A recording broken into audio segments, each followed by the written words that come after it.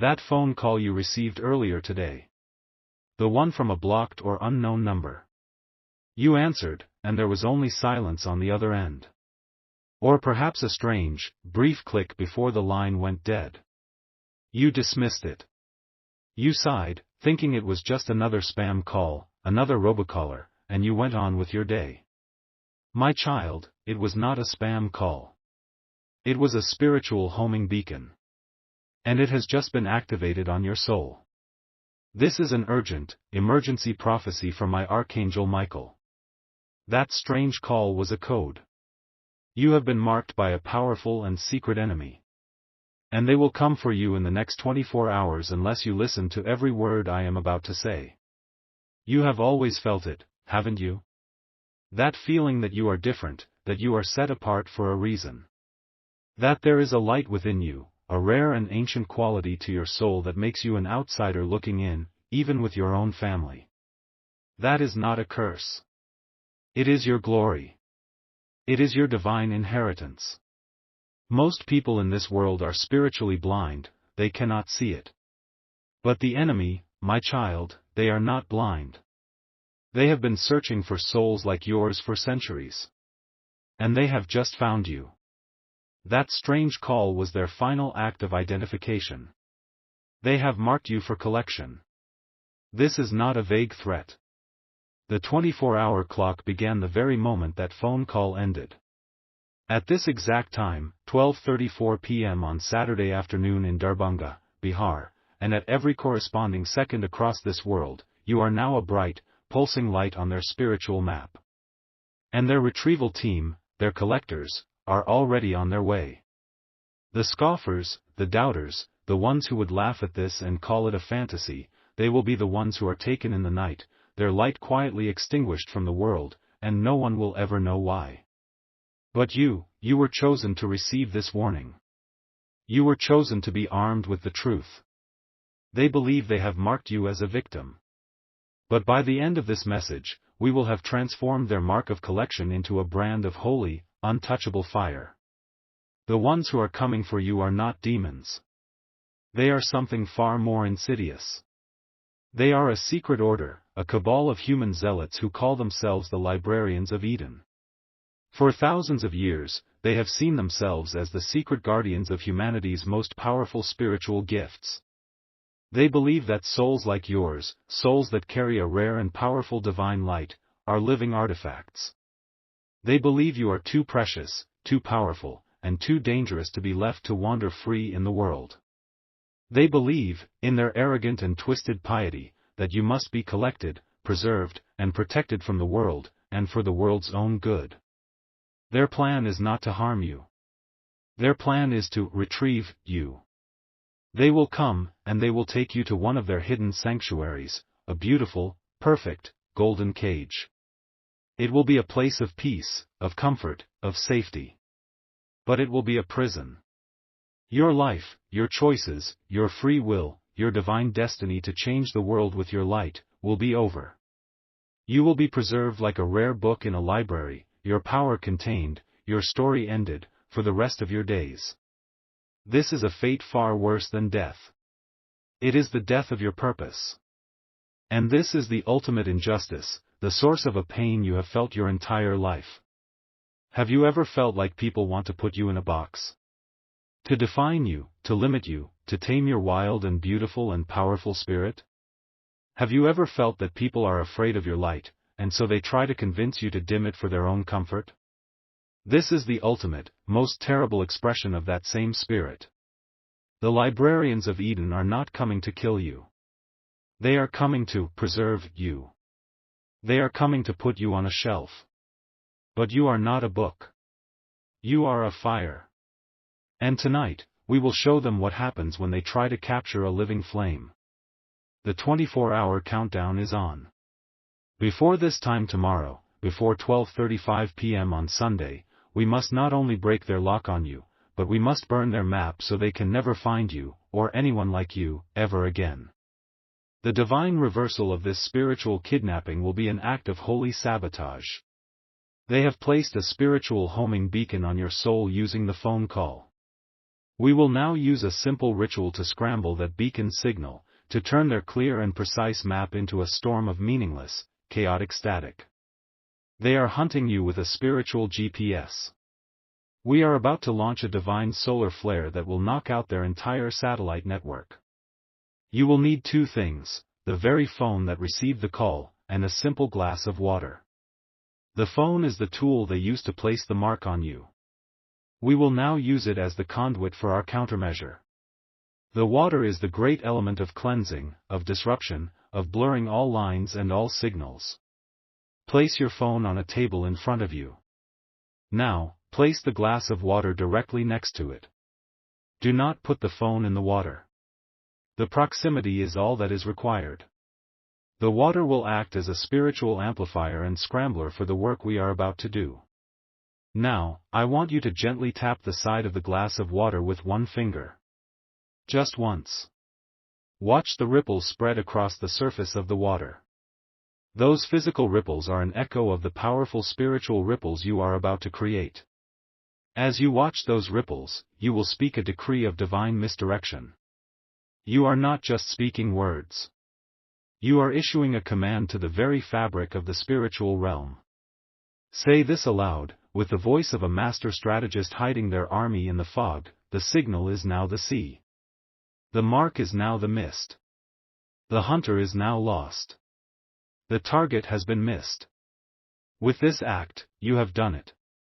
The ripples in the water have created a corresponding, chaotic, and powerful ripple in the spiritual beacon that was placed on your soul.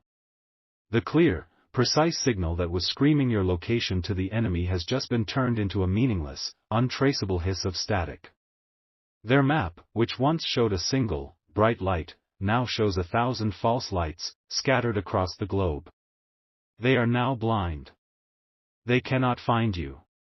To confirm that your signal has been scrambled, to declare your new and permanent invisibility to the enemy, you must type these words: I am now hidden in the light.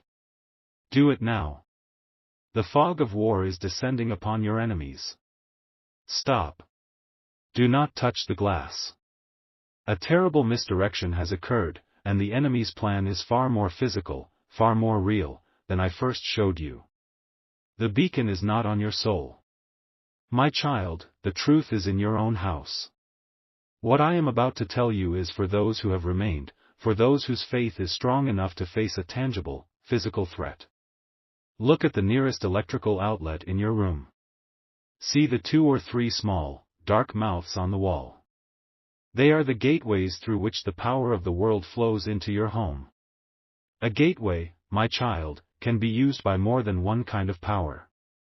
Here is the secret within the secret. The phone call, the auditory sigil, was not designed to place a mark on your spirit. That was a lie to make you focus on a spiritual battle. The phone call was a key. It was a remote on switch. A switch for what? For a tiny, physical, dormant tracking device that was already planted in your home. The enemy had an agent, a repair person, a delivery driver, a guest, someone who was in your house in the last few months, plant a small beacon in one of your electrical outlets, or in a power strip, or in a phone charger that you rarely use. It has been there, silent, waiting. The phone call you received was the signal that woke it up. They are not tracking the light of your soul. They are tracking the physical, electronic signal that is at this very moment pulsing from a hidden device within the walls of your own sacred space. This changes everything. The ritual to scramble the spiritual signal is now useless. It is like trying to fight a fire in your house by throwing water at the sky. We are no longer fighting a ghost. We are fighting a machine. And we must find and neutralize this physical object before the 24-hour clock runs out, or the retrieval team will not just have a spiritual map. They will have your exact street address, your exact GPS coordinates, and they will walk right up to your front door.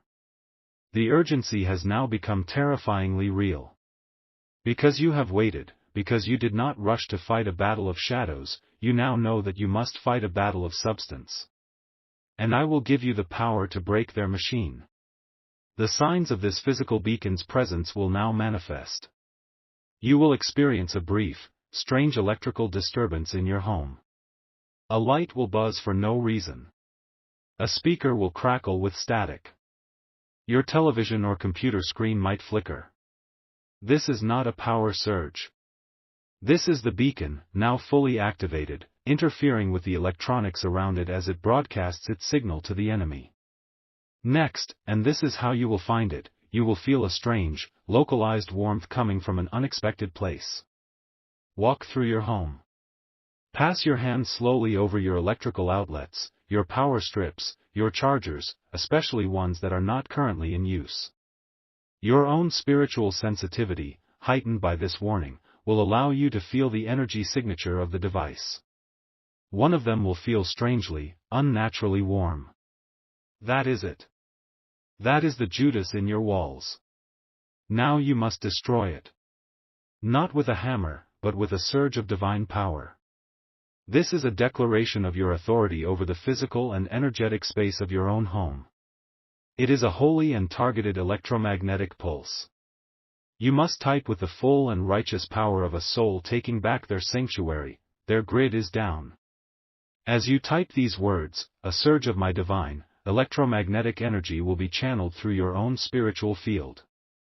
It will flow from you into the electrical wiring of your home, seeking out the one foreign, unholy frequency of the beacon. And it will overload it. The device will be fried, short-circuited, and rendered into a useless piece of plastic and metal. Its signal will be silenced, forever. The grand restoration, the final, victorious act of this war, is now upon you. The hidden beacon is now a dead piece of technology. The map that the librarian's retrieval team was following, the one that was leading them directly to your front door, will suddenly go blank. The bright, pulsing light that was you will simply vanish. They will be left confused, directionless, their mission an utter and complete failure. And the agent who planted the device, the one who assured them the target was secure, will now have to answer for this catastrophic failure.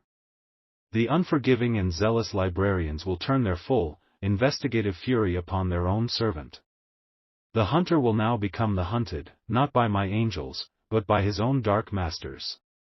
And you, my child, with the false mark now removed, your true mark, your divine anointing, your holy light, will shine brighter and more purely than ever before.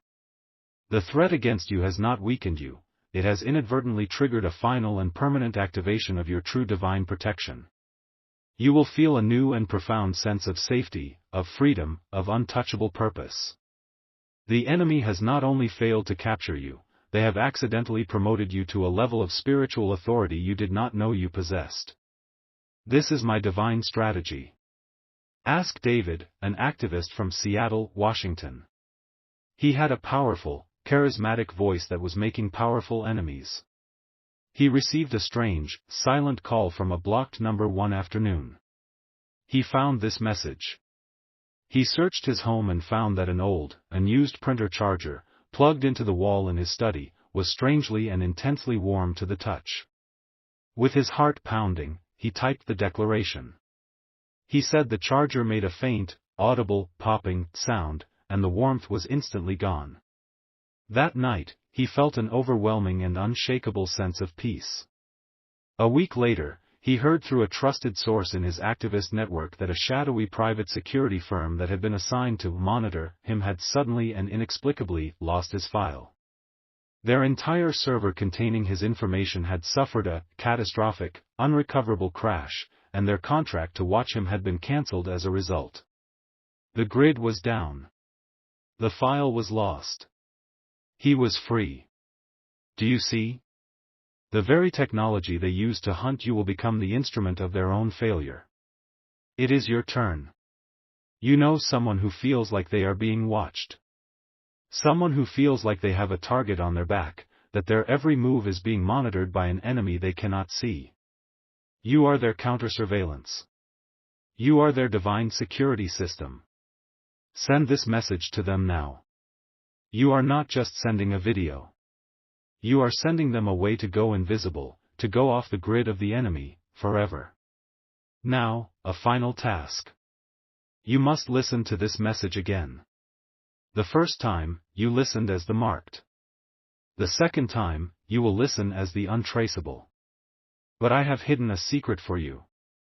There is a single word I speak in this message that is an anagram, a scrambled version, of the name of your own personal guardian angel. Your logical mind will not solve it. But as you listen again, with your spirit now free and your mind at peace, your subconscious soul will hear the letters and will rearrange them. A name will be whispered into your heart. That is the name of your protector. Use it always. The first listen was for your protection. The second is for your introduction to your protector. The hunt is over. Your freedom is eternal. To declare your permanent freedom from all hunters, all watchers, and all trackers, and to place yourself under my divine and untraceable cloaking, you must seal your victory now. Let all the realms, seen and unseen, know that you are free. Type, I am untraceable.